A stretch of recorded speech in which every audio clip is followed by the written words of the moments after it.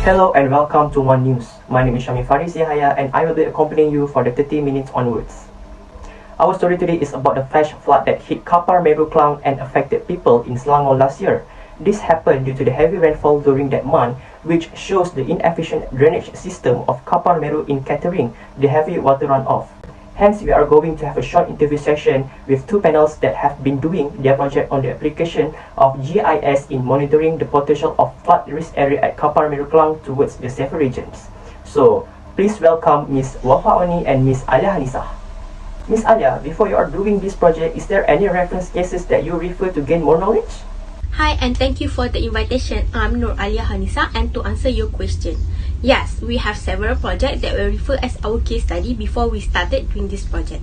The first project that we refer are from the international case study at Guangdong Province, China. In order to analyze the influential factors of this flooding, topographical characteristic was mapped using digital elevation model (DEM) by the Geographical Information System (GIS), and the conditions were statically summarized at the whole city level and the district level.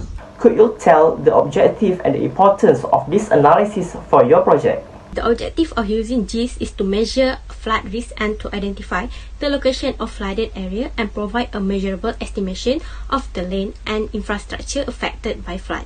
It also can help us to get accuracy data and increase the updated of efficiency with the data that involved.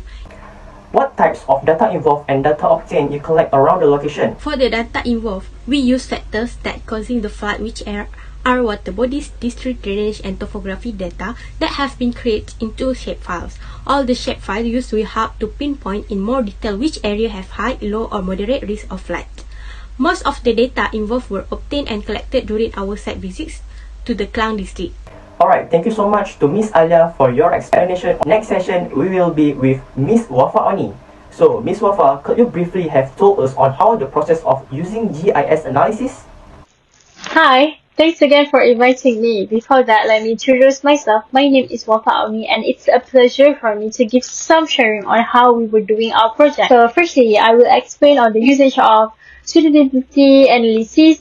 The suitability analysis map are used to identify which area that have higher, moderate, or lower risk of flooding by overlaying 5 suitability and categories or factors. Before overlaying, some of the factors are used to analyze using multiple buffering tool, and others such as drainage will be using the interpolation tool to create the suitability map of each factor. So this suitability map will be converted to raster and overlaid to get the final result, which show areas that have higher, moderate or lower risk of flooding.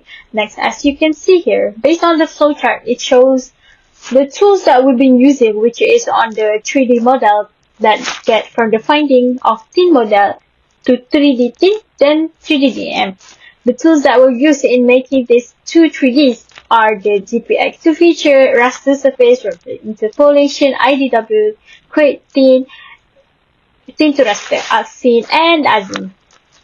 Before we end our session, would you like to give some words to conclude your project on finding flood risk area in Kapar-Meru for the future purpose?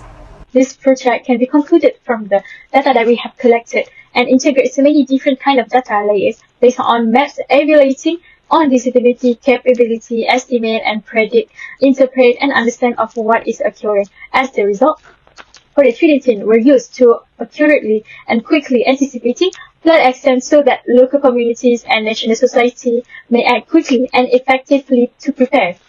Next, for the 3D DDM, to create 3D flood extreme map to support the emergency response. And lastly, the suitability analysis is to identify area of high or low risk of flooding using the evaluation of different location of different factors. All this data can really be helpful for the future planning of Klang district, especially as our project location, which is in Kapar-Meru. Thank you for both of our panel for their sharing. I hope with this data collection, it can really be helpful to our country future planning development and create a better country with good flood management system. That's all for our 30 minutes news. Thank you so much and have a good day everyone. Assalamualaikum.